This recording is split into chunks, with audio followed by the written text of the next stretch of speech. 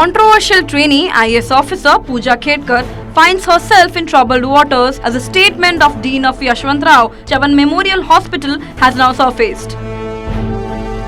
Khedkar is in the eye of the storm for allegedly submitting fake disability certificates. The Dean threw light on Pooja's disability claims and said that she has 7% locomotor disability. What this indicates is she does not have any major physical disability. The Dean, Dr. Rajendra Wabale, said the benchmark to avail benefits is 40% disability. Reports in the national media also suggest that Pooja used multiple addresses to prove disability. She reportedly got visually impaired certificate in 2019 and received mental illness certificate in the year 2021. ये सही बात है कि उनको जो विकलांगता certificate है उनको अगस्त 2022 में इशू किया गया था। यहाँ पे उन्होंने अगस्त 2022 में जो एप्लीकेशन ऑनलाइन करा था उसके तहत वो एप्लीकेशन यहाँ पे YCM हॉस्पिटल ने रिसीव हुआ। उनकी जांच हुई उसमें 24 अगस्त 2022 में, और उसके तहत जो भी पाया गया, हमारे जो विशेषज्ञ हैं ऑर्थोपेडिक्स के, फिजियोथेरेपी के, उन्होंने जो पाया उनके लेफ्ट नी में, तो उसके तहत उनको वो सर्टिफिकेशन इशू करा था। बेंचमार्क डिसेबिलिटी जो है वो 40% है।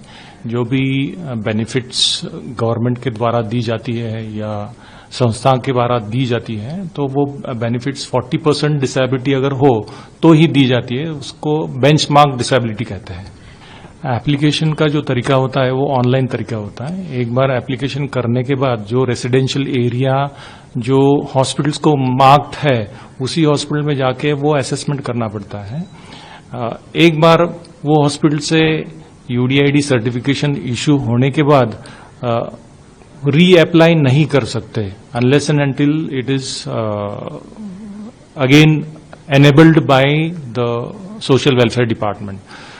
अगर जो सर्टिफिकेशन दिया है, जो परसेंटेज दिया है, वो परसेंटेज से अगर वो व्यक्ति सेटिस्फाइड नहीं है तो सेटिस्फैक्शन अगर उसको वो बनने को नहीं है तो ही can appeal against that particular satisfaction to social welfare department, और वो एप्लीकेशन फिर से री एनेबल हो सकता है। तो तब जाके वो सेकेंड एप्लीकेशन के असेसमेंट के बेसिस पे री सर्टिफिकेशन हो सकता है। सर, इस केस में क्या उन्हें फिजिकली वेरीफाई किया गया था? बिल्कुल, वो यहाँ पे हाजिर थी और उनको पूरी जांच के बाद ही हमने वो सर्टिफिकेशन दिया था। क्या डिसेबिलिटी थी उनकी? उनको लोकोमोटर डिसेबिलिटी थी 7% की। लेफ्ट नी जॉइंट में उनको जो भी तकलीफ थी तो उसका असेसमेंट हमारे जो स्पेशलिस्ट है ऑर्थोपेडिशियन और फिजियोथेरेपिस्ट उन्होंने करके वो डिसेबिलिटी सर्टिफिकेशन दिया था।